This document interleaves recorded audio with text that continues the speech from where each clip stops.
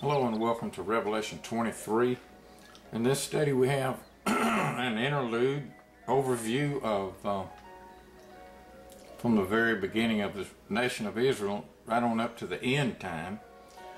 We also get a glimpse of the reason for sin and evil in the world, and we'll be going in this. It jumps from earth to heaven and back and forth. We will see what's going on in the spirit world is being carried out on the earth. So we look at chapter 12, Revelation 12, verse 1. Now a great sign appeared in heaven, a woman clothed with the sun, with the moon under her feet, and on her head a garland of 12 stars. When you study the Bible and scriptures like Isaiah 54, 5 and 6, and Genesis 37:9, we know that this woman is the nation of Israel, that the sun is Jacob, the moon is Rachel, and the 12 stars are the 12 sons of Jacob, which represent the 12 tribes of Israel. So everything sprang from Jacob, and of course Abraham, Isaac, and Jacob, and then his 12 sons. And the 12 stars are Joseph's brothers. Remember, Joseph had that dream in Genesis 37:9 about the sun and the moon and the stars bowing to him, and that's where we know that this is the nation of Israel. And then in verse 2, the woman, the nation of Israel, being with child, she cried out in labor and in pain to give birth. That's also mentioned in Isaiah 66:7. Israel gave birth to the Messiah. We know that he came through the seed of Abraham, and that he was from the Jewish nation, and that Israel gave birth to the Messiah. And we know that that happened through Mary. And then in verse 3, another sign appeared in heaven. Notice this is in heaven. Behold, a great fiery red dragon, having 7 heads, 10 horns, and 7 diadems on his head. We'll talk about this later in the next one, if we get through this chapter, or the one after that. But here we see a fiery red dragon. We know that that's Satan. He's represented by this description here of a great fiery red dragon.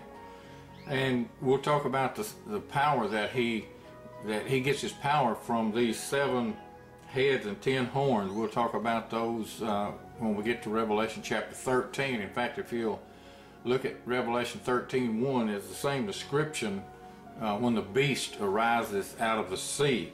It's the very same sign that appears here of that world empire government, if you could say it that way. And then in verse 4,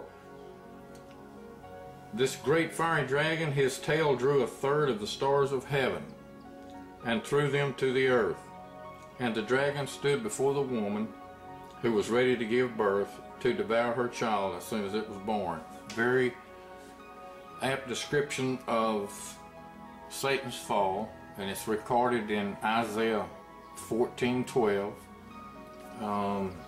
And it says this, Isaiah 14:12, "How are you fallen from heaven, O Lucifer, son of the morning? How are you cut down to the ground, you who weaken the nation?" And so this was predicted back.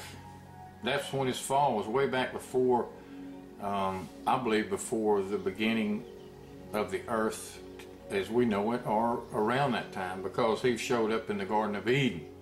And so he was thrown out of heaven, and so it had to be somewhere before the Garden of Eden. And he drew 1/3 of the stars, 1/3 of the angels fell with him. They were cast out of heaven at that time. And then the dragon stood before the woman who was ready to give birth to devour her son as soon as he was born. And we know that the dragon is Satan. We know that the woman is Israel. And we know that Satan used every method he could to kill Jesus when he was born on this earth. He tried every way he could to kill him, but he couldn't do it. Then in verse 5, she bore a male child who was to rule all nations with a rod of iron, and her child was caught up to his throne. And this is the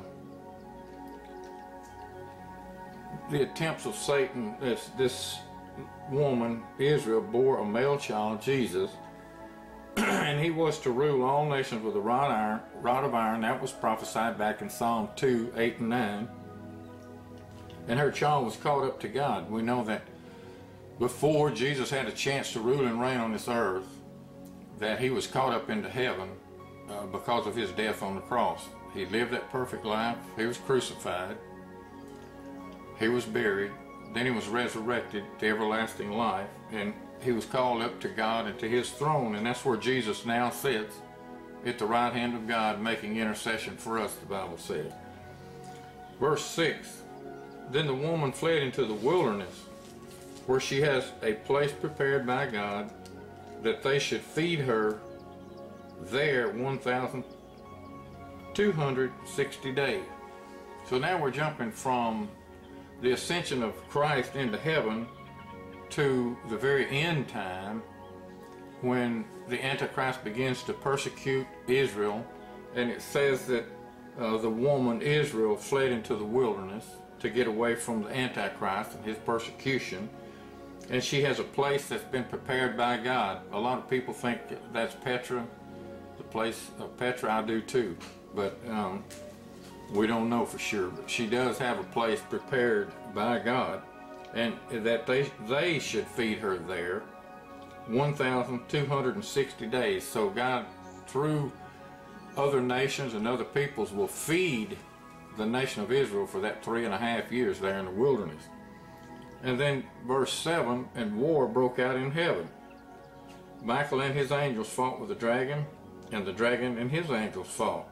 So here, back in verse 4, we saw that the devil was thrown out of heaven, but he still, according to Job, the book of Job, he still has access. Read chapter 1, and you'll see that Satan still, at this point, has access to God. He's accuser of the brethren. He goes before God, accusing us who are Christian. And anyway, this war in verse 7 broke out in heaven. There'll be another war. Satan's been cast out, but he still has access. But here comes a time when war will break out here at the end time that we're studying. And Michael and his angels fought with the dragon, and the dragon and his angels fought. Michael is an archangel. I do believe from study there's 7 archangels.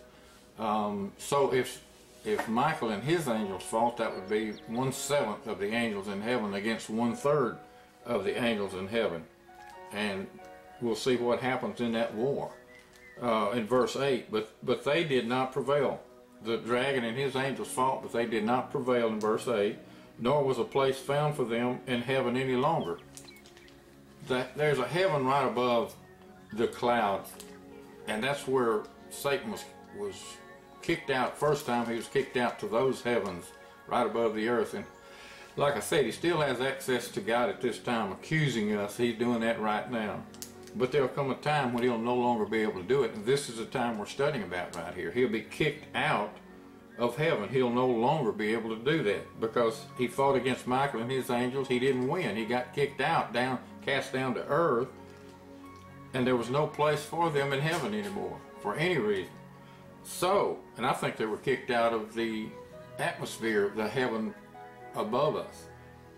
And verse 9, so the great dragon was cast out, that old serpent, the serpent of old, the serpent that bothered Eve back in the Garden of Eden, called the devil and Satan, who deceives the whole world.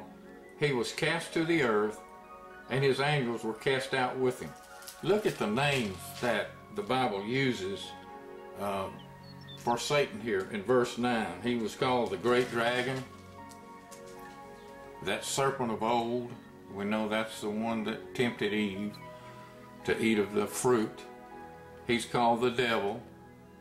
He's called Satan. And he is called the deceiver. He deceives the whole world. That's how the Antichrist will take over, through deception. He was cast to the earth and his angels were cast out with him. So now, at this point in history that we're studying, in the future soon, the devil will be cast out down to earth. He has to reside on this earth. And the only way he can manifest himself or be seen is through someone.